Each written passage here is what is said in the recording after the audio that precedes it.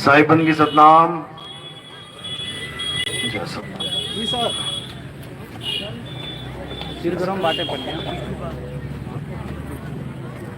तो आज परमपिता परमात्मा की दया से महाराजगंज में मूल ज्ञान का प्रचार होने जा रहा है। बहुत बड़े भाग होते हैं उन जीवों के जो अपने पूरे जीवन काल में एक बार भी मूल ज्ञान को सुन पाते हैं, और उससे भी बड़े भाग होते हैं उन जीवों के सबके आया हुआ है।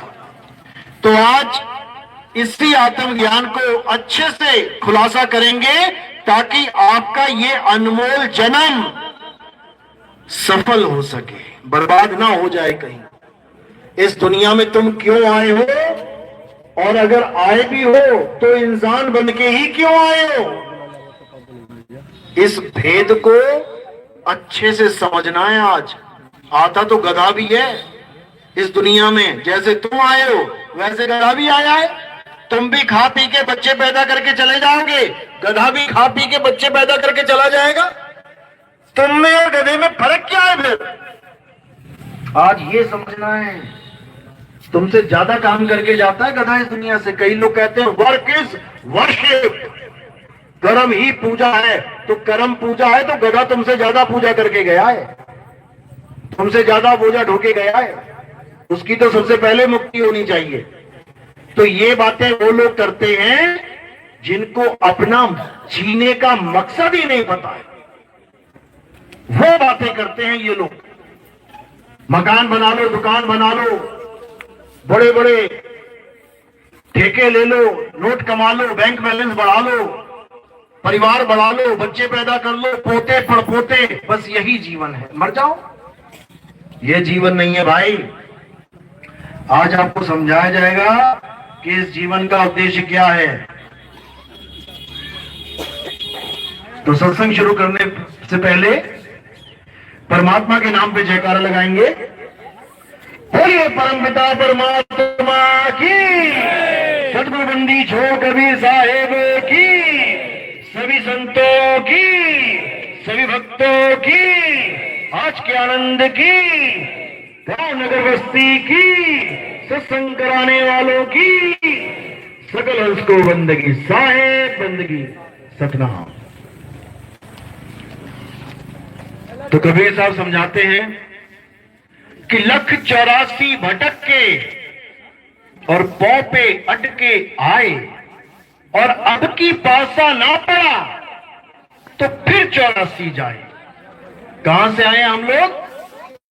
84 भुगत के आए हैं, 84 में धक्के खा के आए हैं।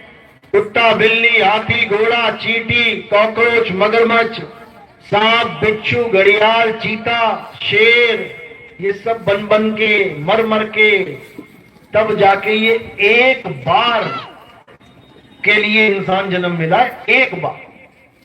जानवर, कीट पतंगे कितनी बार बने?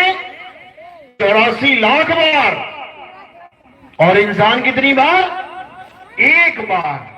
सोचो, एक मौका मिला है केवल इस 84 के बंधन को तोड़ने का। अगर ये मौका चूक गए, कहते हैं अब की पासा चूक गए, तो फिर 84 जाए।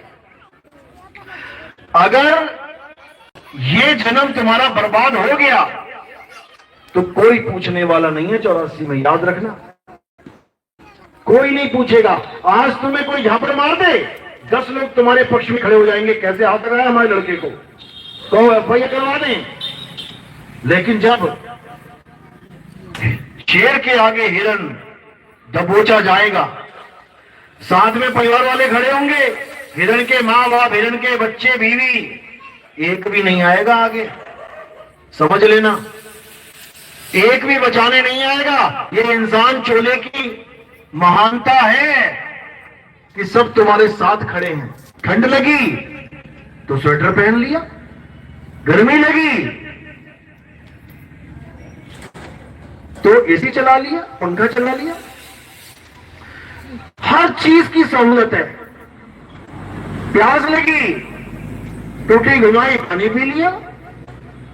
कहीं जाना है, गाड़ी स्टार्ट करी, चले गए। एक बार हिरन बन गए ना, और प्यास लगी तो जाना पड़ेगा नदी पे, तालाब पे, और वहां कौन इंतजार कर रहा है? मगरमच्छ इंतजार कर रहा है। आ बेटा पानी पी तो सही। एक घूंट की कीमत तब समझ में आएगी कि अपनी जान की बाजी लगानी पड़ेगी। अभी तो कितना ही पानी कहां कहां बर्बाद कर देते हैं, कोई हिसाब ही नहीं है। फिर एक एक घूंट का हिसाब होगा पानी का, और कोई पूछने वाला नहीं, कोई बचाने वाला नहीं। जंगल राज तो ज्यादा दूर नहीं है वो, बस कुछ ही साल बचे हैं वहां पहुंचने के लिए। एवरेज 60-65 साल है हमारे देश में लोगों की, 60-65 साल में निकल जाते हैं। कोई बिरला ही है जो 70-80 पहुंच रहा है, 90 पहुंच रहा है। तो समझ लो कि 65 साल भी अगर लगा लेते हैं तो जो 55-60 वाले हैं, गिनती के दिन है उनके पास। कैलेंडर उल्टा कर दो अपना, आगे बढ़ने की जरूरत नहीं है। अब घट रहे हो तुम, निकलने वाले हो यहां से। लेकिन निकलने से पहले पहले एक बार ये विचार जरूर कर लो कि यहां करने क्या आए थे। अगर वो काम पूरा नहीं हुआ तो बहुत दर्दनाक मौत होने वाली है, चाहे कैसे भी मरना पड़े, हालत खराब हो जाएगी। तो क्या करना है, क्या करने आए थे? यहां पे आए थे हम उस मालिक को पाने के लिए, परमात्मा को पाने के लिए। यहां पे आए थे जन्म मरण का बंधन तोड़ के सदा सदा के लिए मुक्त होने के लिए 84 काट के आए थे। लेकिन जैसे ही यहां पे आए, माया ने भरमा दिया। जैसे इंसानी चोले में आए, माया ने ऐसा जाल बुन दिया कि ये जाल कटने का नाम ही नहीं ले रहा है। कौन सा जाल बुन दिया? मां बाप, भाई बहन, रिश्ते नाते, मकान दुकान, तेरा मेरा। इस जाल में ऐसा उलझ गया जीव कि ये भी भूल गया कि बेटा एक दिन मरना है, और घड़ी का पता भी नहीं है कि कब मरना है। गए थे वहां पे पाप काटने, गए थे ना, नदी सामने थी, डुबकी भी नसीब नहीं हुई। पाप काटने गए थे, किनारे पे पड़ी हुई है लाशें, और महात्मा लोग क्या कह रहे हैं? ये 5 पुण्यकर्मी लोग हैं जो गंगा नदी के किनारे मर गए। इससे अच्छे तो डूब के मर जाते, तब भी समझ में आता कि गंगा में मौत हुई। गंगा के किनारे मरने में कौन सा पुण्यकर्म है भाई? जिसको गंगा का जल भी नसीब नहीं हुआ, उसको तुम कैसे पुण्यकर्मी कह रहे हो? क्योंकि पल्ला झाड़ना है, अब करे तो करे क्या? अब ये तो कह नहीं सकते कि हमारे भगवान में ताकत नहीं है, इतनी लाशें हो गई, इतने लोग मर गए, रोक नहीं पाया भगवान।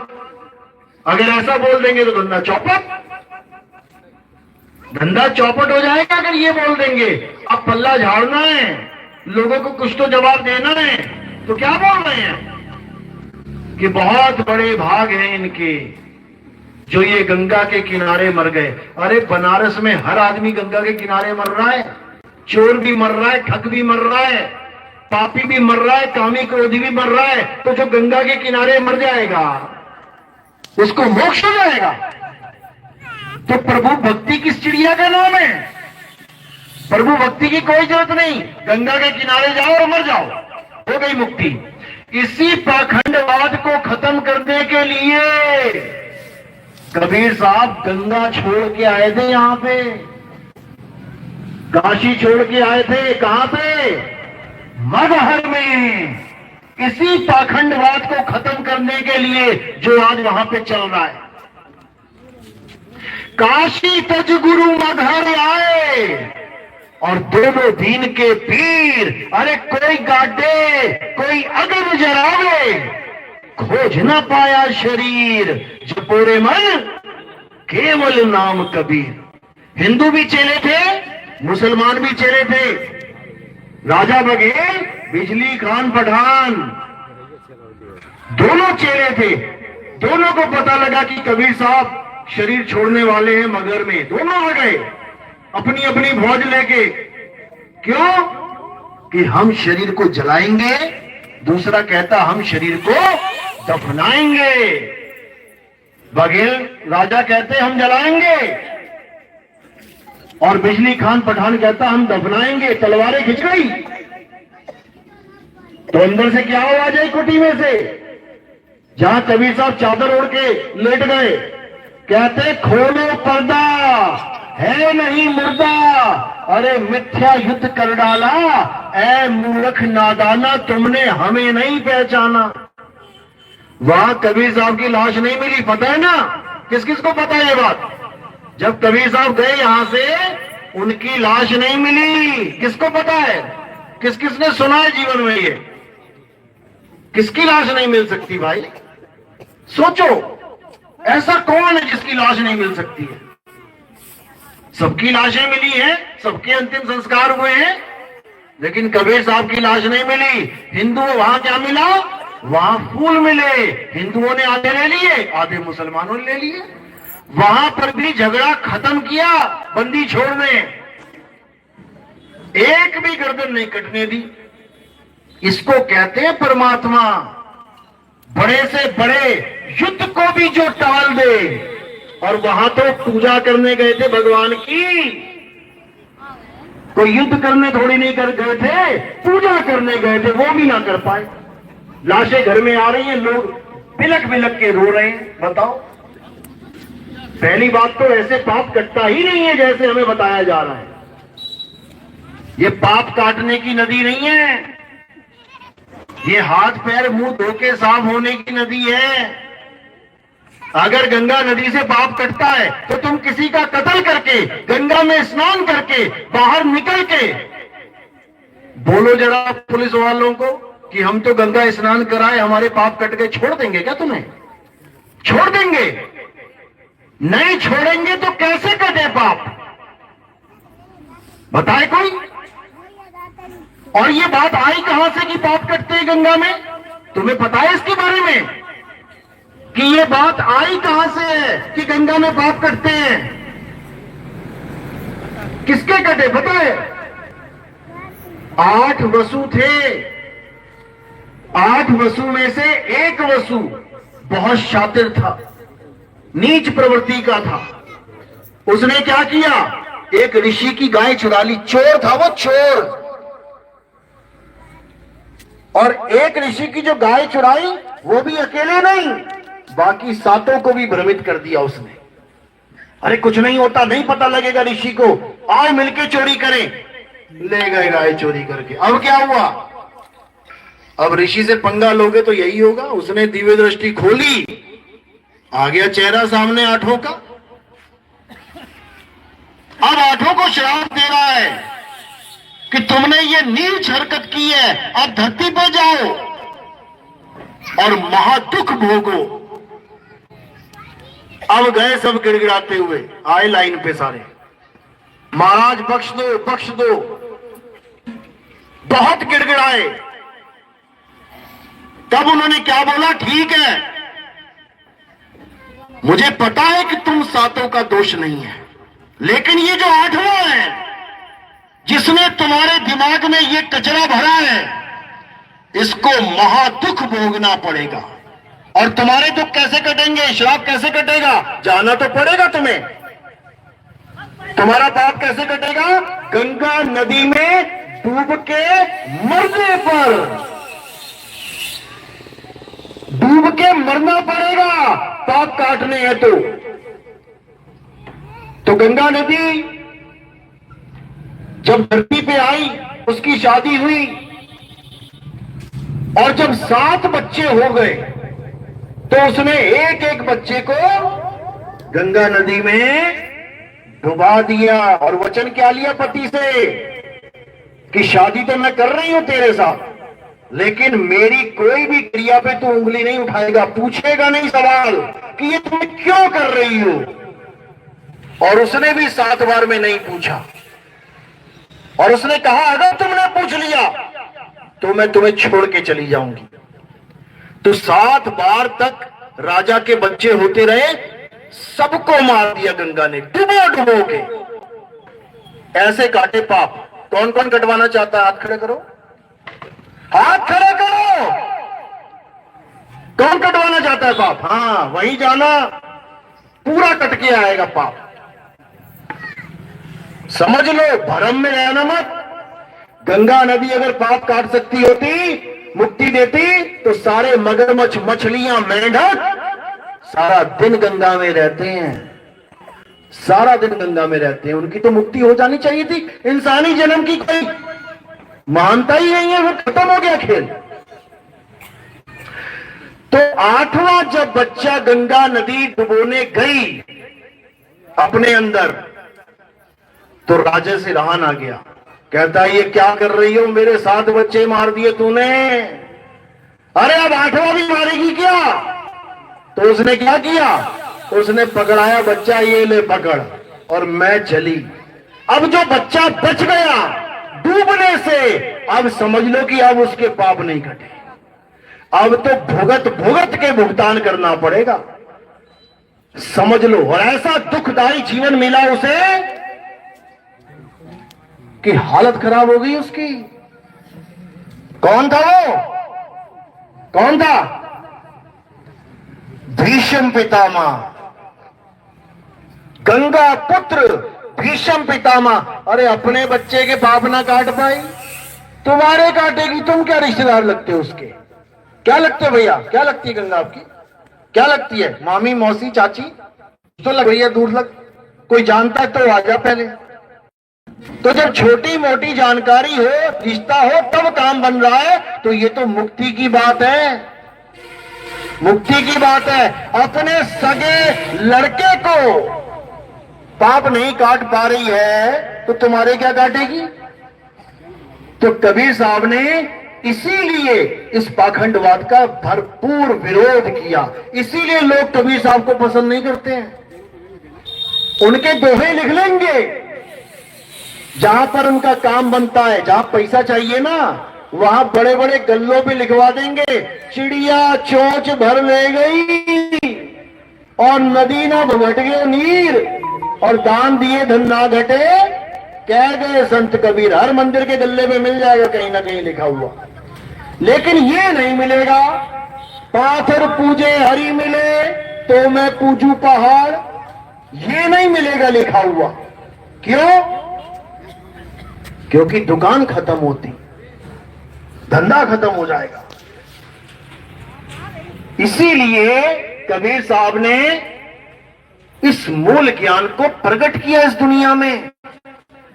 जो आप सतनाम पढ़ रहे हो, लिख रहे हो, सतनाम लेने वाला, लेके आने वाला कौन है? कबीर साहब है। सतनाम से पहले क्या था? दुनिया भर के मंत्र थे। जब से वेद पुराण बने हैं तब से मंत्र ही चल रहे हैं, और सबसे बड़ा मंत्र ओम को रखा गया कि ये महामंत्र है। छोटे से छोटा मंत्र जपना है, उसके आगे भी ओम लगाना पड़ेगा। तो इन्हीं मंत्रों का सहारा लेके ये जीव मुक्ति चाहता था, लेकिन मुक्त नहीं हो पा रहा था। तो कबीर साहब इस संसार में सतनाम को लेके आए। सतनाम, अब सतनाम क्या है? सतनाम कोई मंत्र नहीं है कि तुम्हारे गुरुजी ने दे दिया, सतनाम जपो बेटा, सतनाम परमात्मा का नाम है, सतनाम सतनाम सतनाम, या किसी और के साथ फिट कर दिया, जप लो बेटा ज्योत निरंजन ओंकार रारंकार सोहम सतनाम सतनाम। ये नहीं है वो सतनाम, ये बोलने लिखने पढ़ने वाला नहीं है वो सतनाम। सतनाम क्या है? सत्य नाम कोई नाम नहीं, ये है आपन रूप, और जो जाने इस भेद को पावे आप स्वरूप। जो इस भेद को जान लेता है कि आखिर सतनाम है क्या, वो अपने स्वरूप को जान लेता है। वो समझ जाता है कि मैं ये काया माया नहीं हूं, मैं ये पंच भौतिक शरीर नहीं हूं। ये पंच भौतिक शरीर तो एक दिन इसको मैं छोड़ दूंगा। तो जो इस शरीर को छोड़ेगा वो कौन है? जिस दिन उसके बारे में पता लग गया, समझ जाना कि अब तुम्हारा जीवन सफल हो सकता है। और उसका क्या नाम है?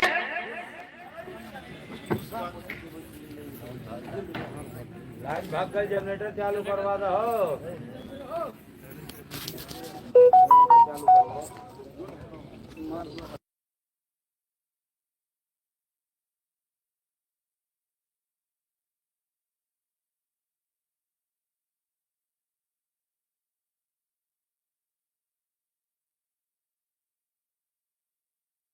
चलो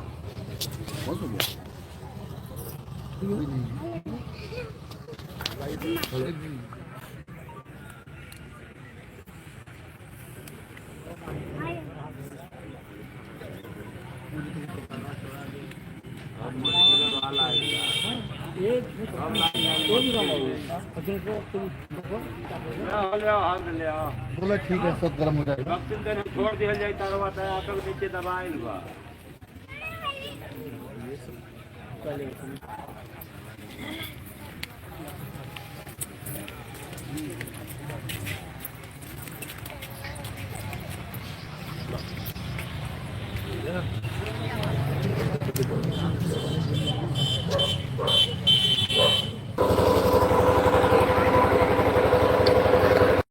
तो साहिब कह रहे हैं कि सत्य नाम कोई नाम नहीं, ये है आपन रूप। और जो जाने इस भेद को पावे आप स्वरूप। कौन सा स्वरूप है, किसको पाना है, क्या नाम है उसका? एक तो हो गई काया, शरीर, पंच भौतिक शरीर, और एक और चीज है जो अजर अमर अविनाशी है। शरीर का तो जन्म होता है, लेकिन उसका ना जन्म होता है ना मरण होता है। क्या नाम है उसका? उसका नाम है आत्मा। आत्मा का नाम सुना है? किस किसने सुना? हाथ खड़े करो। आत्मा का नाम सुना हो जिसने? आत्मा का नाम ही नहीं सुना आज तक? अरे हाथ तो खड़े कर दो, इतना आलस भी क्या ठीक है क्या? आत्मा का नाम सबने सुना है, नहीं भी हाथ खड़ा किया तब भी सुना है। समझ लो, सबने आत्मा का नाम सुना है, अच्छी बात है। अपनी अपनी आत्मा लेके आए हो साथ में। घर तो नहीं भूल गया कोई? घर तो नहीं भूल गया? लाओ साथ में, चेक करो जरा, हाथ लगा के, हाथ लगा के चेक कर लो ना, एक साथ में कि नहीं है। कैसे प्रूफ करोगे? कैसे प्रूफ करोगे कि आत्मा साथ में है? कैसे सिद्ध करोगे? क्या सबूत है कि आत्मा तुम्हारे पास है, घर नहीं छूट गई? क्योंकि तुम यहां आके बैठे हो, तुम हिल रहे हो, तुम बातें कर रहे हो, तुम हंस रहे हो। ये सबूत है कि आत्मा इस काया के साथ है। अगर ये काया के साथ ना होती, तुम गली से आ रहे हो और वहां पे ये काया को छोड़ देती, तो क्या ये शरीर यहां तक पहुंच पाता? कभी जीवन में नहीं पहुंच पाता। कौन है जो इस शरीर को यहां तक लेके आया है? आत्मा है, आत्म शक्ति है। अब उस आत्मा को ही जानना है कि आखिर वो है क्या, जिसकी वजह से मैं सुबह से शाम तक काम कर रहा हूं, जिसकी वजह से आप सुबह से शाम तक सारे दुनिया भर के काम कर रहे हैं और रात में सो जा रहे हैं, फिर उठ रहे हैं, फिर काम कर रहे हैं, रात में फिर सो जा रहे हैं, फिर रोज उठना, फिर वही काम करना, रात में फिर सो जाना। क्या यही करने के लिए आए थे दुनिया में? उठे, खाया पिया कमाया, सो गए, उठे, खाया पिया कमाया, सो गए, उठे, खाया पिया कमाया, सो गए, और एक दिन यहां से रवाना हो गए। यही काम करने आए थे क्या? इस जीवन का मकसद क्या है? डॉक्टर बनना या इंजीनियर बनना या कोई साइंटिस्ट बनना या कोई बड़ा ठेकेदार बनना? क्या मकसद है इस इंसानी जीवन का? इस इंसानी जीवन का मकसद है अपनी आत्मा को जानना, अपने आत्म स्वरूप को पहचानना। अगर उसे पहचान गए तो सारे पाप कट जाएंगे, जन्मों जन्मों के पाप कट जाएंगे। एक ही तरीका है पापों को काटने का, और वो क्या तरीका है? अपनी आत्मा में रमण कराएं। अध्याय 3 17वां श्लोक पढ़ो, गीता क्या कहती है। कृष्ण जी क्या कह रहे हैं? हे अर्जुन, जो अपनी आत्मा में रमण करते हैं, जो अपनी आत्मा में तृप्त हैं, जो अपनी आत्मा में संतुष्ट हैं, संतुष्ट यानी जिसे और कुछ नहीं चाहिए, उसे कुछ नहीं चाहिए, वो संतुष्ट हो चुका है। अब कोई कहे चल मंदिर चले, भैया तू जा। कोई कहे चलो गुरुद्वारे चले, भैया तुम जाओ। कोई कहे चल नमाज पढ़ने चले, अरे भैया ठीक है तुम जाओ। कोई कहे चर्च चले, हाँ भैया ठीक है तुम जाओ। यानी अब मैं संतुष्ट हो गया, अब मुझे कुछ नहीं चाहिए। किसी प्रकार का धार्मिक कर्म कर्तव्य कहते हैं उस पर लागू ही नहीं होता। कहां लिखा है ये? अध्याय 3 17वां श्लोक। पढ़े लिखे इंसान हो, पढ़ो गीता क्या कहती है। और हमें करवाया क्या जा रहा है? हमें नदियों में डुबकियां लगवाई जा रही हैं, चाहे वहां पे मगरमच्छ इंतजार कर रहा हो कि आए तो खाऊं इसको। सारे पाप उसी दिन धुल जाएंगे तुम्हारे, समझ लो। तो पाप धोने का एक ही तरीका है। क्या तरीका है?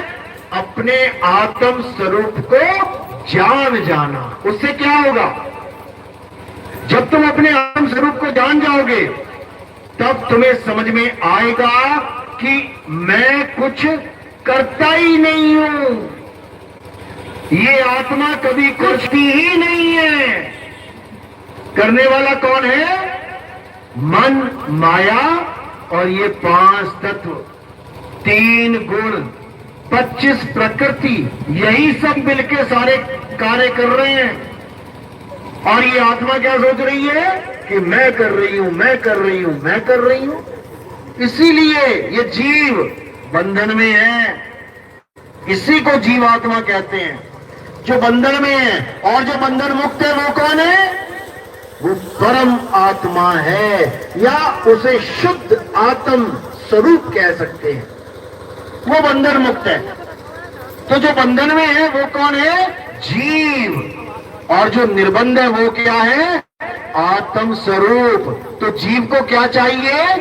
जीव को अपनी आत्मा का ज्ञान चाहिए, अपना आत्म स्वरूप चाहिए। तो साईं समझा रहे हैं, जल में मीन प्यासी और मोहे देखते आवे हासी, आत्म ज्ञान बिना नर भटके, कभी काबा कभी काशी। सारे कबीरपंथी ये भजन गाते हैं, एक भी नहीं होगा ऐसा जो ये नहीं गाता है, एक भी नहीं होगा ऐसा। और तुम्हें क्या दे रहा है? आत्म ज्ञान की जगह मंत्र ज्ञान।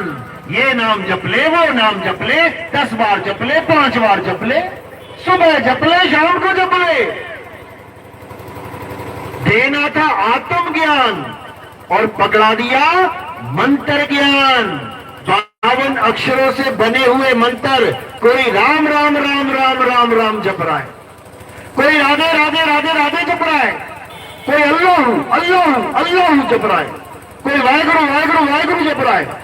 कबीरपंथी है तो सतनाम सतनाम जप रहा है, कबीर कबीर भी जप रहे हैं कई लोग। ये सब 52 अक्षर है मेरे भाई, ये सब 52 अक्षर हैं। 52 अक्षर जीव आधारा, आदि अक्षर जीभ्या से न्यारा। कह रहे हैं 52 अक्षर जीव आधारा। जिस दिन तुम्हारी जीभ कट गई तुम्हारे सारे नाम खत्म हो जाएंगे। बोल के दिखा राम, बोल के दिखा अल्लाह अकबर, बोल के दिखा वाहेगुरु, बोल के दिखा। आज तो बहुत चमड़ चमड़ कर रहा है, क्यों? ये जुबान है, ये जुबान की वजह से लगा पड़ा है। जिस दिन जुबान नहीं रही उस दिन नाम लेके दिखाना। तो साहिब समझा रहे हैं, अरे होठ कंठ लागे नहीं और जीभ्या नहीं उच्चार, गुप्त वस्तु जो लखे सो निज हंस हमार। कहते हैं होठ कंठ जीव से दुनिया भर के नाम बना लिए। हनुमान जी के पिताजी ने एक नाम रखा, उनका हनुमान। और तुमने कितने रख लिए? 108 नाम हनुमान जी के। अरे दशरथ ने एक नाम रखा अपने पुत्र का, राम, और तुमने कितने रख दिए? 108 नाम रामचंद्र जी के। शंकर जी का एक नाम रखा था शंकर, तुमने कितने रख दिए? 108 नाम। अरे बनाए किससे ये 108 नाम? इन्हीं 52 अक्षरों से। ये सारे नाम किससे बनते हैं? इन 52 अक्षरों से। अगर ये 52 अक्षर हटा दिए जाएं,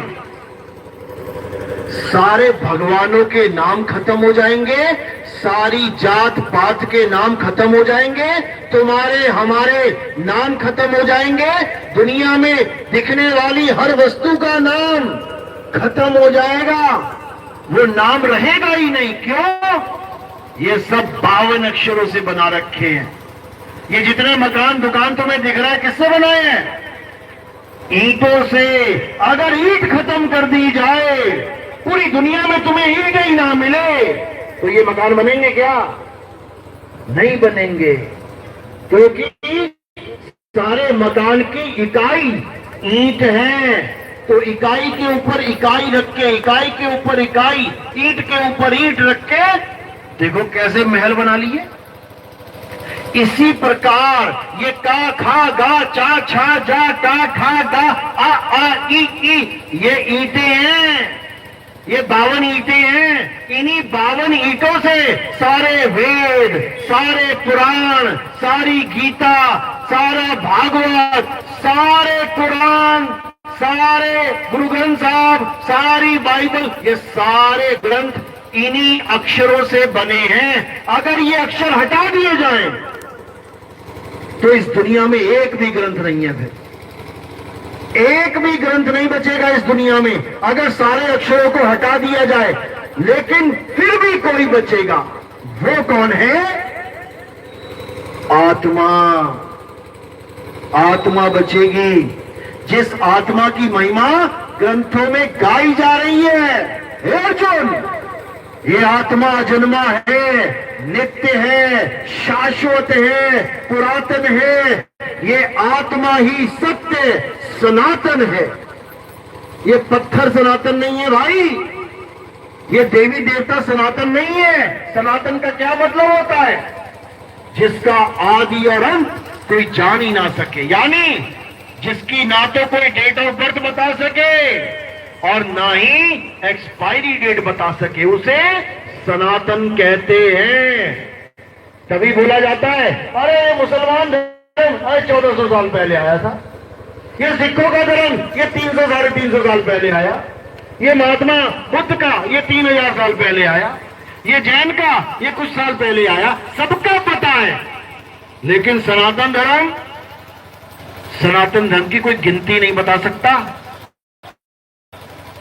तो सनातन क्या है? गीता में डेफिनेशन लिखी है, लेकिन ये लोग हमें बताते नहीं है। क्यों नहीं बताते? क्योंकि एक बार अगर कोई सनातनी हो गया, उसके बाद ये पत्थर के भगवान से नहीं खेलेगा। वो समझ लो, एक लड़की गुड्डा गुड़िया से खेल रही है, गुड्डा गुड़िया की शादियां कर रही है, लेकिन जब अपनी शादी हो गई तो कोई गुड्डा गुड़िया से नहीं खेलती, याद रखना। तो सनातनी कौन है? अध्याय 2 24वां श्लोक क्या समझा रहे हैं? हे अर्जुन, ये आत्मा अजन्मा है, इसे कोई जला नहीं सकता, सुखा नहीं सकता, इसे कोई भिगो नहीं सकता, इसे कोई मार काट नहीं सकता। ये आत्मा अचल है, सदा स्थिर रहने वाला है। ये आत्मा ही सत्य सनातन है। ये है डेफिनेशन सनातन की, जो आज पत्थर पूजने वाले भी कह रहे हैं हम सनातनी हैं। बताओ, अरे पत्थर को हथौड़ा तोड़ सकता है, आत्मा को कोई शस्त्र खंडित नहीं कर सकता। सनातनियों का भगवान अखंड है और गैर सनातनियों का भगवान खंडित हो जाता है। तभी फिर उसको मंदिर से उठा के कहां रखाते हैं? किसी नदी के किनारे छोड़ आते हैं भगवान को। पूछो काहे? अरे खंडित हो गया। अरे तो खंडित की पूजा क्यों कर रहे हो? भगवान अखंड है। तुम कीर्तन तो अखंड चलाते हो, अखंड कीर्तन है, ज्योत अखंड लेके आते हो, अखंड ज्योत है। राम नाम अखंड बना दिया तुमने कि हाँ अखंड राम नाम का जाप होता है, सारा कुछ अखंड बना दिया। और भगवान कैसा है तुम्हारा? जो खंडित हो जाता है। देखो मंदिरों में मूर्तियां जब तक खंडित नहीं हुई पूजी जा रही हैं, और जैसे ही धनुष बाण का कोना भी टूट गया ना थोड़ा सा, उठा के उसको बाहर रखाएंगे, क्या बोल के कि खंडित हो गया भगवान। बताओ, अरे परमात्मा भी कभी खंडित होता है क्या? कबीर साहब समझा रहे हैं, नाम अखंड और सब खंडा, सार शब्द गरजे ब्रह्मंडा। कहते हैं अखंड साहिब का नाम और सब खंड है, मेर सुमेर सब खंड ब्रह्मांड है। ये मेर सुमेर ब्रह्मांड ये सब खंडित हो जाएंगे। कौन खंडित नहीं होगा? परमात्मा का नाम अखंड है।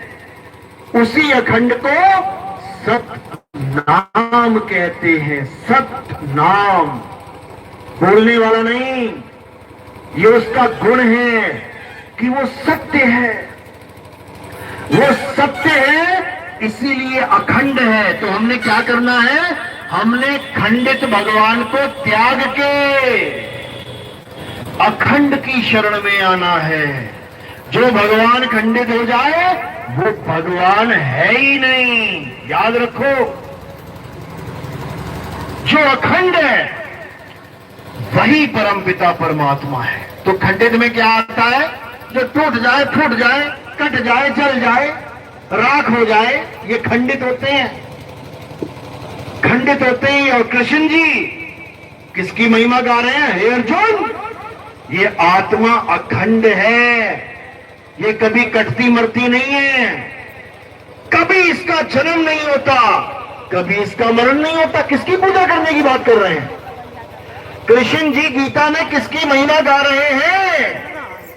इसी आत्मदेव की। और हम क्या कर रहे हैं? हम कृष्ण जी की पूजा करने में लग गए। कृष्ण जी के पैर में तीर लगा कि नहीं लगा? लगा।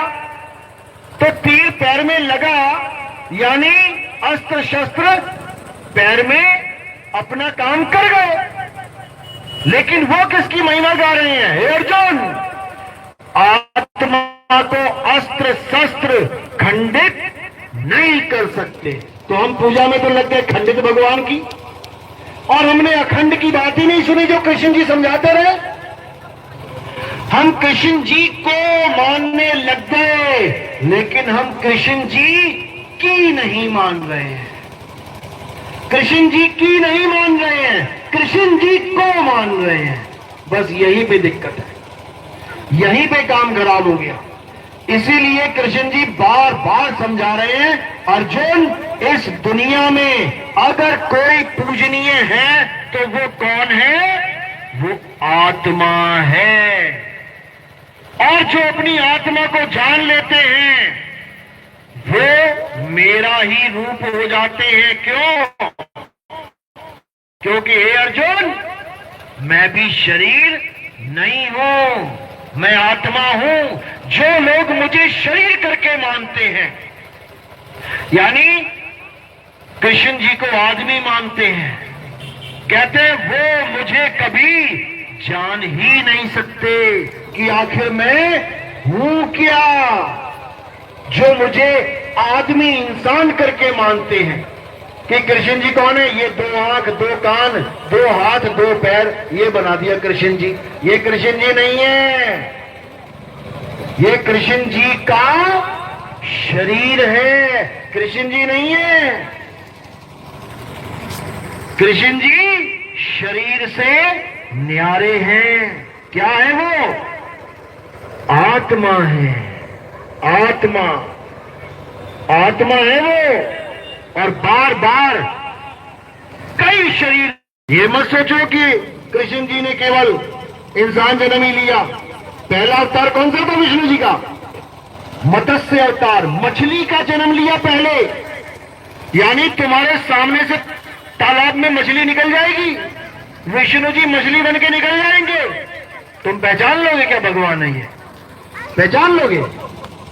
तुम्हारे सामने से कछुआ निकल गया, तुम कभी मानोगे कि भगवान है? तुम कहोगे ना कछुआ है, कछुआ है। लेकिन अवतार है वो। मछली का अवतार है कि नहीं है? कछुए का अवतार है कि नहीं है? जंगली सुअर का, वराह का अवतार लिया उन्होंने।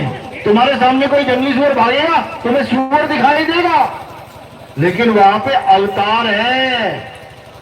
समझ लो, गाय को तुम मारते नहीं हो, गाय हत्या बंद करो, गाय हत्या बंद करो, और जो गाय हत्या बंद करवाता है वही शाम को चिकन खा रहा है जाके। समझो, मछली मार मार के खा रहा है, कछुए मार मार के खा रहा है, जंगली सुअर का अचार बना के खा रहा है। अरे भगवान ने कभी गाय का अवतार तो लिया ही नहीं, वो तुम्हें इतनी प्यारी है। और जो भगवान ने मछली का, कछुए का, जंगली सुअर का अवतार लिया, उसको तुम छोड़ नहीं रहे हो। किसमें ज्यादा पाप लगेगा? अभी कोई बंदर को मारे, लंगूट को कोई मारे, उसकी वीडियो बना के भेज देते हैं, भाई ये हनुमान जी को मार रहा है, वीडियो वायरल कर दो। तुम्हें बंदर में हनुमान दिख रहा है और तुम्हें कछुए में, मछली में उसी हनुमान का प्रभु नहीं दिख रहा। दिख रहा है तो बताओ। हनुमान जी, विष्णु जी, तो मछली बना। तो यही समझाया जा रहा है कि केवल कृष्ण जी को आदमी मत समझ लेना। कृष्ण जी की हस्ती नहीं है, खत्म खेल। समझ लो, ये राम मंदिर, कृष्ण जी का मंदिर, ये परशुराम जी का मंदिर, ये वामन अवतार मंदिर, ये फलाना अवतार, ये सारे खत्म मंदिर। अगर विष्णु जी अवतार ना ले, समझ लो, यानी ये 10 अवतार किसके हैं? विष्णु जी के हैं। तो विष्णु जी क्या है? कछुआ है, मछली है, जंगली सुअर बने हुए हैं, आधा आदमी आधा जानवर, नरसिंह अवतार है। क्या है वो?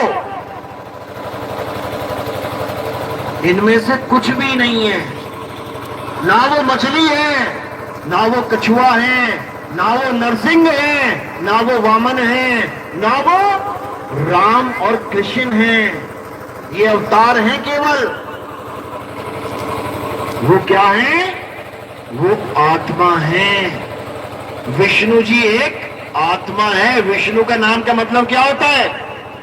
जो सारे विश्व के अणुओं में रमा हुआ है, वही विष्णु है। इन अणुओं में, इस मिट्टी में कौन रमा हुआ है? ये मिट्टी चल रही है, ये काया चल रही है, कौन रमा हुआ है इसमें? वही आत्म राम रमा हुआ है। उसी को जानना है, उसी आत्मा को जानना है। लेकिन हम किसकी पूजा करने में लग गए? मछली की, कछुए की, जंगली सुअर की, आदमी की, औरत की, हम इसकी पूजा करने में लग गए।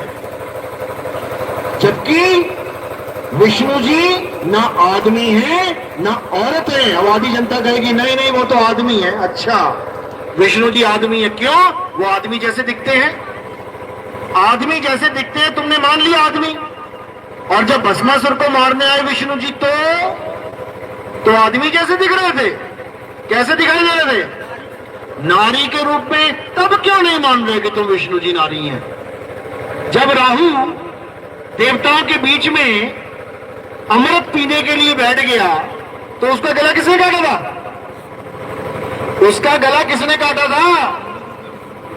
नर ने कि नारी ने? नारी ने, औरत ने। वो कौन था? वो मोहिनी रूप था विष्णु जी का, यानी औरत बने हुए थे। तो भैया तुम आदमी हो कि औरत हो? हमें कंफ्यूज है। जब तुम्हारा मन करता है तुम आदमी बन जाते हो, जब तुम्हारा मन करता है तुम औरत बन जाते हो। तुम्हें आदमी कहूं या औरत? जब तुम्हारा मन करता है तुम कछुआ बन जाते हो, जब तुम्हारा मन करता है तुम मछली बन जाते हो। मैं तुम्हें कहूं तो कहूं क्या? याद रखो, वो इनमें से कुछ भी नहीं है, कुछ भी। और तुम जिसकी पूजा कर रहे हो वो क्या है? नाशवान शरीर। तुम नाशवान शरीरों की पूजा करके अपना जन्म बर्बाद कर रहे हो। अब करना क्या है? नाशवान को त्याग देना है और अविनाशी को जान लेना है। यही गीता में समझा रहे हैं कृष्ण जी। हे अर्जुन, इस दुनिया में दो प्रकार के तत्व हैं, एक असत तत्व और एक सत तत्व। हे अर्जुन, असत तत्व वो है जिसका जन्म होता है और एक दिन मृत्यु हो जाती है। असत तत्व वो है जो सदा एक सा नहीं रहता, पल पल बदलता रहता है। देखो काया पल पल बदल रही है। तब छोटे से बच्चे थे, बड़े होते होते होते देखो 40 50 60 साल के हो गए, पल पल बदल रहे हैं।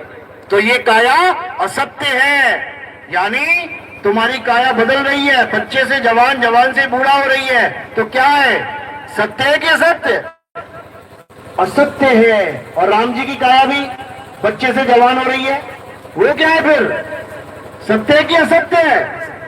असत्य है। कृष्ण जी की काया बच्चे से जवान हो रही है, बड़ी हो रही है, सत्य है कि असत्य है?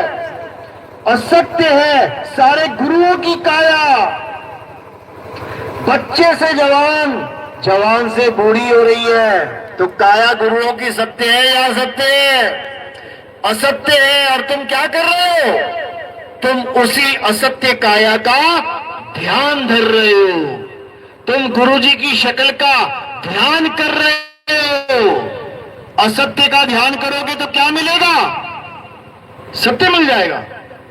असत्य का ध्यान करोगे तो असत्य ही मिलेगा, और सत्य का ध्यान करोगे तो सत्य मिलेगा। और सत्य क्या है? हे अर्जुन, सत्य आत्मा है। सत्य वो है जिसका ना तो कभी जन्म होता है ना कभी अंत होता है। वही है सत्य। और वो सत्य प्राप्त कैसे होगा?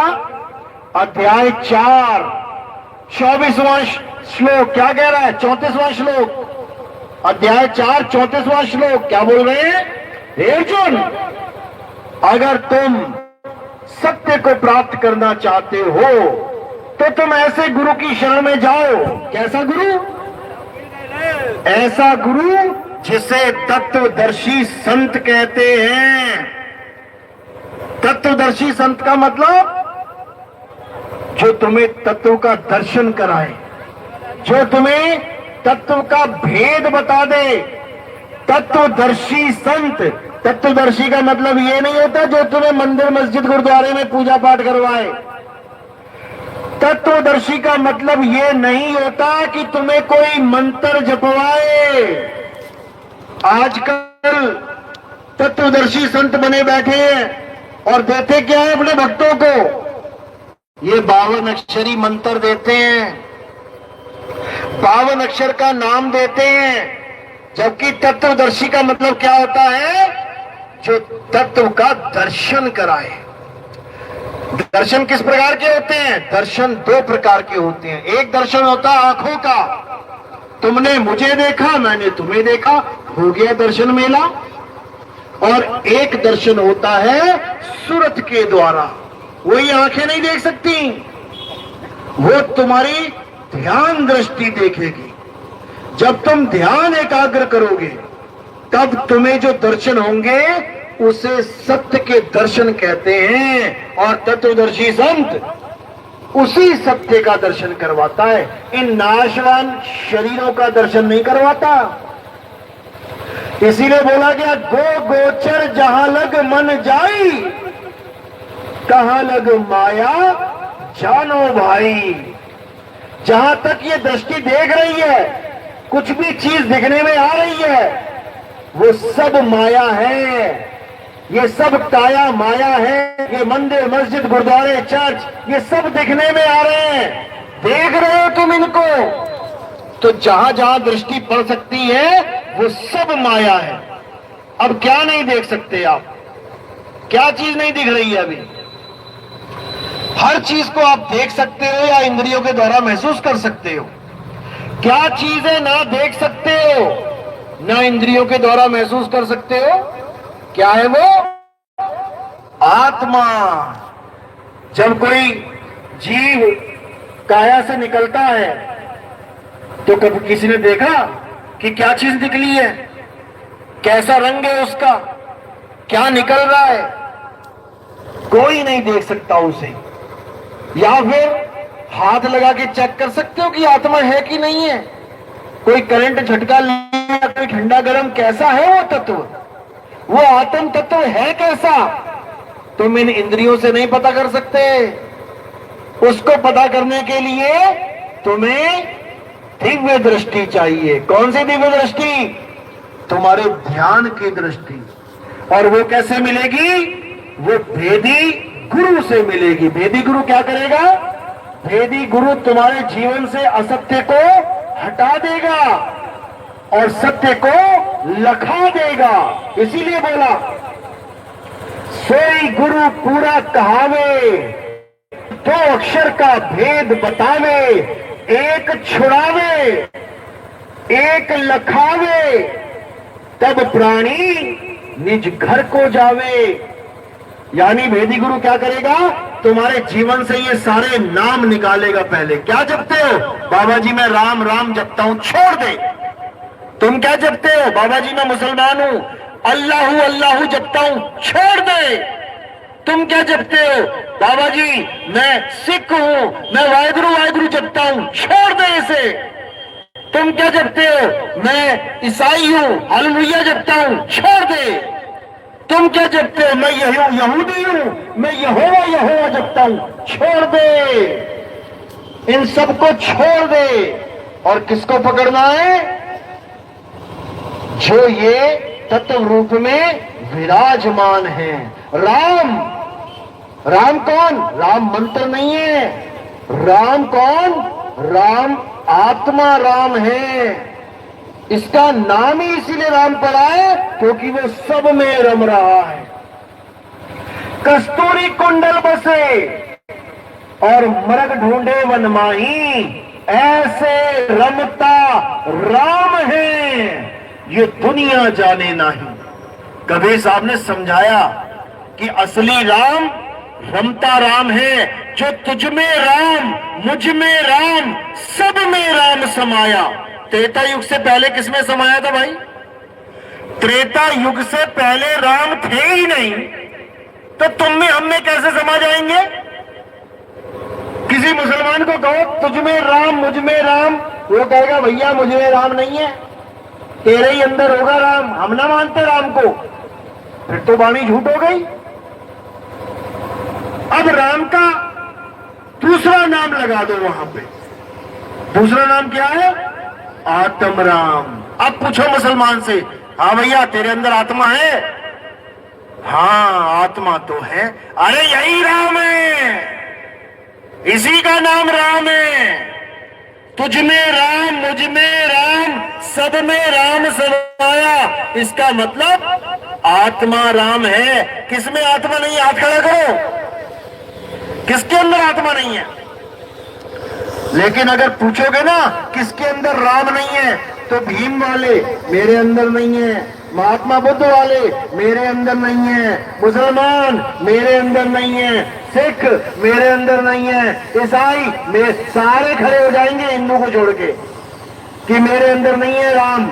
लेकिन जैसे ही तुम कहोगे किसके अंदर आत्मा नहीं है, हाथ खड़ा करो, अब देखो फिर क्या होता है।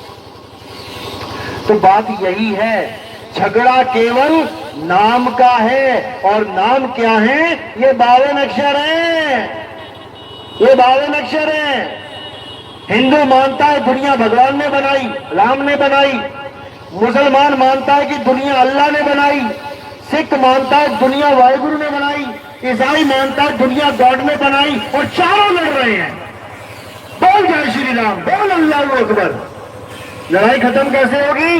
केवल एक बात बोलनी है, दुनिया बनाने वाले की जय। आप बताओ कौन सहमत नहीं होगा?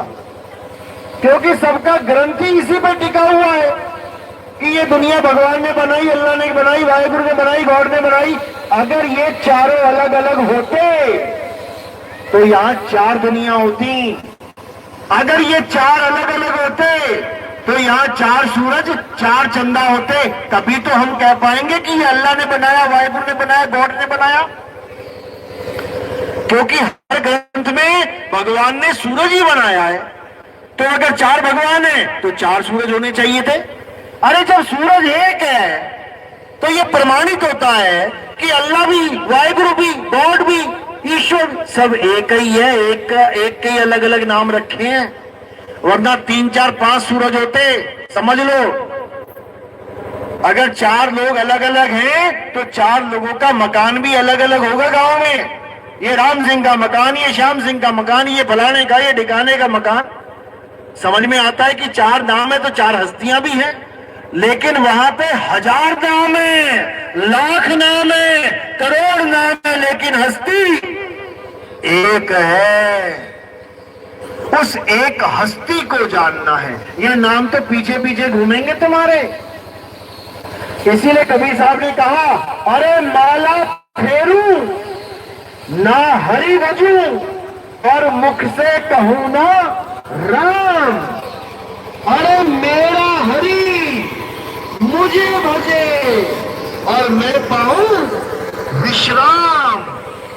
कहते ऐसा गुरु भूल जो ना तो माला फिरवाए, माला फेरू ना हरि भजू, ना तुम्हारी आंखें बंद करके ध्यान करवाए, मुख से कहूं ना राम, ना कोई मंत्र दे जपने के लिए, छुड़वा दे। अब ऐसा नाम दे कि मेरा हरि मुझे भजे और मैं पाऊं विश्राम। ऐसा नाम मिलेगा कि तुम्हारा हरि तुम्हें भजेगा। समझ लो, समझ लो इस बात को। जैसे लोहा और चुंबक, लोहा चुंबक को खींचेगा या चुंबक लोहे को खींचेगी? चुंबक खींचेगी लोहे को। तो चुंबक काम कर रही है, लोहा क्या कर रहा है? लोहा आराम कर रहा है। यानी चुंबक काम कर रही है, काम पे लगा दिया चुंबक को, और लोहा आराम कर रहा है। मेरा हरि मुझे भजे, यानी चुंबक मुझे खींचेगी अपने आप, और मैं क्या करूंगा? मैं पाऊं विश्राम। बस इतना सा काम है, लेकिन इतना सा काम समझ में नहीं आ रहा है तो लगे हुए जपने में। राम राम राम राम सारी उम्र, राम राम राम राम, राधे राधे राधे सारी उम्र। फिर निरंजन ओंकार रंकार सोहम सतनाम, दुनिया भर के नाम, ओम कलियम हरियम शरियम सोहम सत्यम फलाना, जो मुंह में आ रहा है, जैसा गुरु मिल रहा है, बस नामों के पीछे पड़ गए। यही नाम काल का असली जाल है। तो साहिब कह रहे हैं, एक नाम को जान के अरे दूजा दे कहा, और चंचल से निश्चल भया और नहीं आवे नहीं जा। यानी एक नाम को जान के, कौन से नाम को जानना है? सतनाम को जानना है। दूजा दे बहा, कौन से नाम को बहाना है? असत्य नाम को बहाना है। सत्य नाम और असत्य नाम में क्या फर्क है? सत्य नाम बोलने लिखने पढ़ने में नहीं आता। सत्य नाम तुम्हारा आत्म स्वरूप है, और असत्य नाम ये झूठे नाम हैं। झूठे झूठे नाम क्यों बोला? झूठा नाम इसलिए बोला, जैसे आप खाना खाते हैं, रोटी तोड़ी, अब रोटी तोड़ी दाल में लगाई, अब वो क्या झूठी है? नहीं है, नहीं है। कोई भी रोटी तोड़ के दाल में लगा के कोई तुम्हें खिलाएगा, तुम आराम से खा लोगे। लेकिन उसने खा ली, आधा हिस्सा तोड़ लिया, अब क्या हो गई? वो झूठी हो गई। क्यों झूठी हो गई? क्या लगा उसमें? क्या लगा?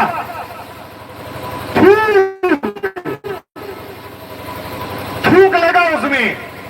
तो थूक लग गया तो वो हो गई झूठी। यानी तब तक वो सही थी, सच्ची थी, जब तक थूक नहीं लगा, यानी जब तक मुख नहीं लगा। तो इसी प्रकार रोटी हो गई झूठी। क्यों? क्योंकि मुख से निकल के आ गई। इसी प्रकार नाम हो गए झूठे। क्यों? क्योंकि मुख से निकल रहे हैं, ये थूक से लग लग के निकल रहे हैं। भगवान का नाम लेते लेते कई बार थूक भी आ जाता है बाहर लोगों का, जपते जपते। थूकिया नाम है ये, थूकिया। ये सतनाम नहीं है। सतनाम में होठ कंठ लागे नहीं और जीप्या नहीं उच्चार। यहां पर जीभ का होठ का कोई काम ही नहीं है, कोई मतलब ही नहीं है। इसी को अच्छे से समझना है। शब्द शब्द सब कोई कहे, सारे गुरु कह रहे हैं हमसे शब्द ले लो, हमसे शब्द ले लो, हम तुम्हारी मुक्ति कर देंगे। और साहिब क्या कह रहे हैं? शब्द शब्द सब कोई कहे, वह तो शब्द विदे जीवा पे आवे नहीं, निरख परख कर ले। कहते जीभ नहीं लगनी चाहिए। जिस नाम में जीभ लग गई वो नाम झूठा हो गया, वो कल्याण नहीं कर पाएगा। समझ लो। तो अब क्या करना है? अब सुच्चा नाम। सुच्चा क्या होता है? सच्चा। अब सच्चे नाम को जानना है, सतनाम को जानना है, जपना नहीं है।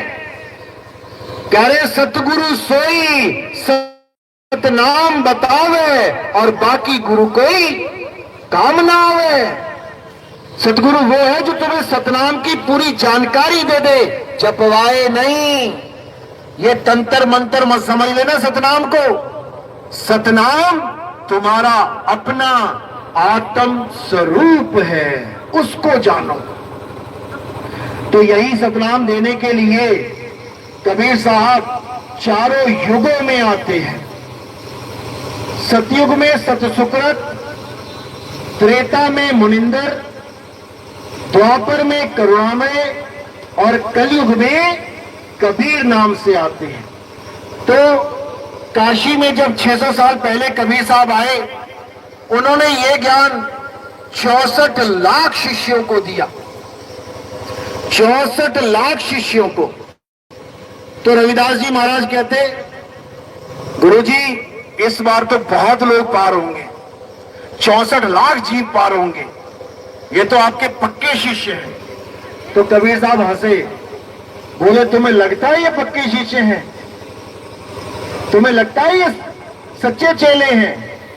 कहते क्या बात कर रहे हो, सच्चे चेले नहीं है क्या? कहते अभी देख लेते हैं। तो क्या किया उन्होंने? वो और रविदास जी, कबीर साहब और रविदास जी बनारस की गलियों में एक वैश्या के साथ बोतल में गंगा जल लेके, यानी दारू की तरह दिखाई दे बोतल, और निकल पड़े सड़क पे। अब जैसे ही सड़क पे निकले तो क्या हुआ? सब देख रहे, अरे बाबा बाबा, हमें क्या कहता है और खुद क्या करता है, हमें कैसा पाठ पढ़ाता है और खुद क्या पढ़ रहा है। पूरे शहर में सब शिष्यों में आग की तरह ये खबर फैल गई, आग की तरह। 64 लाख में से कितने पास हुए पता है? 64 लाख में कितने शिष्य बचे? 2 बचे, 2। और वो 2 क्यों बचे? क्योंकि वो उस वक्त वहां थे ही नहीं, उन्होंने देखा ही नहीं, बस सुना। लोगों ने बताया कबीर तो ऐसे ऐसे कर रहा था, उन्होंने सुना, सुन के छोड़ दिया। ऐसा हो ही नहीं सकता, हमारे गुरु जी ऐसा करे, हो ही नहीं सकता। लेकिन कबीर साहब तो कर रहे हैं। कबीर साहब तो बैठे हैं वेश्या के साथ चंडाल चौकी पे। चंडाल चौकी एक जगह का नाम है, गरीबदास जी की वाणी में इसका पूरा वृतांत है। वहां पर औरतों को बेचा जाता था, वेश्याएं जैसे बनती हैं तो औरतों को बेचा जाता था। वहां जाके बैठ गए। जब वहां बैठे तो वही 2 अर्जुन सर्जुन गुरुजी के पास आए। कहते गुरुजी हमें पता है कि आप ये सब नहीं कर सकते, जो दिख भी रहा है ना वो भी आप नहीं कर सकते, हम ये मानते हैं, लेकिन ये जगह आपके बैठने के काबिल नहीं है। तो गुरुजी क्या कहते हैं, अच्छा अब चेला गुरु को बताएगा कि क्या करना है और क्या नहीं करना, क्या सही है और क्या गलत है। वहां पर वो दो भी फेल हो गए, वो दो भी फेल हो गए, एक भी पास नहीं हुआ 64 लाख चेलों में से। अब लगे गिड़गिड़ाने की, गुरुजी गलती हो गई माफ कर दो। कहते अब गलती हो गई तो सजा भी मिलेगी। क्या सजा दी पता है? कहते अब यहां तुम्हें मुक्ति नहीं मिलेगी, अब एक संत आएगा जो तुम्हें नाम दीक्षा देगा, तब तक तुम मरोगे नहीं।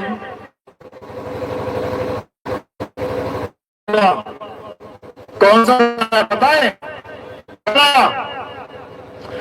गरीबदास जी महाराज। गरीबदास जी महाराज ने जाके 250 साल के बाद पैदा हुए।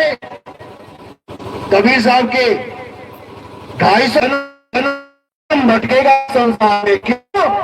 क्योंकि ये आखिरी मौका है निकलने का, ये आखिरी मौका है निकलने का। इस आखिरी मौके को जो चूक गया फिर जन्मों जन्म उठाना पड़ेगा। कोई माई का लाल नहीं जो उसको पार कर दे। तो इसीलिए अब इस मौके को संभालना है, अब इस तत्व ज्ञान को समझना है और अपना जन्म मरण का बंधन तोड़ना है, खत्म कर देना है इसको। ये आखिरी मौका है तुम्हें। ये कलयुग में एक बार मौका मिलता है, याद रखना। जब कबीर साहब आने लगे संसार में तो काल भगवान क्या कहता, कहां जा रहे हो आप? कबीर साहब कहते अपने जीवों को जगाने जा रहा हूं। तूने सबकी हालत खराब कर रखी है, सबको 84 में ठोक रखा है, मैं सबको छुड़ा के लेके जाऊंगा। तो पैर पड़ गया। कहता महाराज ऐसा अन्याय मत करो, बड़ी मुश्किल से तो मैंने जीवों को अटका के रखा है माया में। कबीर साहब कहते ऐसा नहीं हो सकता, हम तो आएंगे। तो काल भगवान ने विनती करके क्या वादा कर लिया, करवा लिया।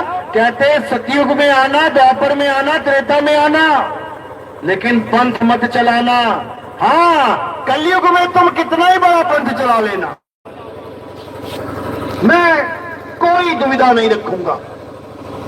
कबीर साहब कहते मुझे पता है तू बहुत चालाक है, तूने 3 युग तो मुझे दिए, लेकिन इन 3 युगों में तू क्या करेगा मुझे अच्छे से पता है। क्या किया काल भगवान ने पता है? 3 युगों में बड़े बड़े राक्षस बनाए, बड़े बड़े राक्षस। भस्मासुर, महिषासुर, बकासुर, रावण, कंस, कितने राक्षस बनाए। कलयुग में कहां चले गए? फैक्ट्री बंद हो गई क्या? ये राक्षस बनाने की फैक्ट्री बंद हो गई क्या? पहले 100 फुट के राक्षस खड़े हो जाते थे 2-2 सींग लगा के, आज कहां चले गए वो? क्योंकि कबीर साहब ने वादा लिया था कि 3 युग में तू जीवों को मारेगा, काटेगा, राक्षस बन के परेशान करेगा, और उसके बाद खुद ही देवी देवता बन के आके अपनी महिमा गवाएगा, अपनी पूजा करवाएगा। मैं तेरी एक एक चाल को समझ रहा हूं, लेकिन अगर कलयुग में तूने ये ड्रामा किया, एक भी राक्षस पैदा किया, तो तेरी सारी धरती खत्म कर दूंगा, ब्रह्मांड खत्म कर दूंगा। तो क्या बोला काल भगवान? ठीक है प्रभु, मैं ये कार्य नहीं करूंगा, लेकिन जीवों को फंसाने के लिए मैं तंत्र मंत्र जंतर, पूजा पाठ, हवन यज्ञ, ये सब फैलाने वाले संतों का रूप धारण करके आऊंगा। इतने गुरु बना दूंगा कलयुग में कि ये जीव समझ ही नहीं पाएगा कि सच्चा कौन और झूठा कौन है। सब मेरे मुंह में आके गिरेंगे। ये वचन है। तो कबीर साहब ने क्या कहा? ठीक है, कर लेना, बना लेना जितने गुरु बनाने हैं। तो काल कहता महाराज केवल गुरु नहीं बनाऊंगा, आपका नाम लेके आपका पंथ भी चलाऊंगा। 12 पंथ चलाऊंगा तुम्हारे नाम से। कबीर कबीर कबीर करके कबीर पंथ चलाऊंगा। ये पारक सिद्धांत पंथ, ये फलाना पंथ, ये ढिकाना पंथ, ये सब वही पंथ है। समझ लो, जहां परमात्मा की महिमा नहीं, जीव की महिमा गाई जाती है। जीव को सर्वे सर्वा बताया जाता है। यही काल भगवान के पंथ है। तो कबीर साहब ने कहा तू जो मर्जी कर ले, तू 12 पंथ चला ले, लेकिन जब मेरा 13वां पंथ आएगा तो सारे पंथों को एक कर देगा। तो क्या बोला? 12 पंथ काल फुरमाना, अरे भूले जीव न जाए ठिकाना, 13वें पंथ हम ही चले आए, सब पंथ मेट के एक पंथ चलाए। कहते मैं ऐसा पंथ चलाऊंगा कि तेरे ये 52 अक्षरों के जाल को काट के जीव मुक्त हो जाएगा, वो तेरे झांसे में नहीं आएगा। तो साहिब समझा रहे हैं, जो नर पड़े 52 के फेरा, सो नर जानो काल के चेहरा।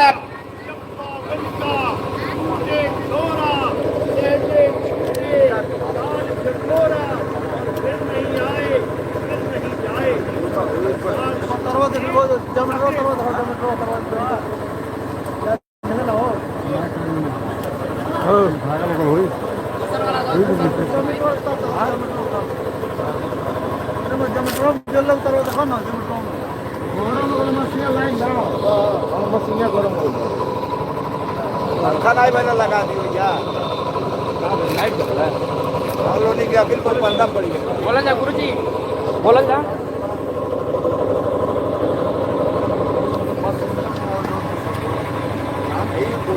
पंखा लगेगा हमेशा ठंडा।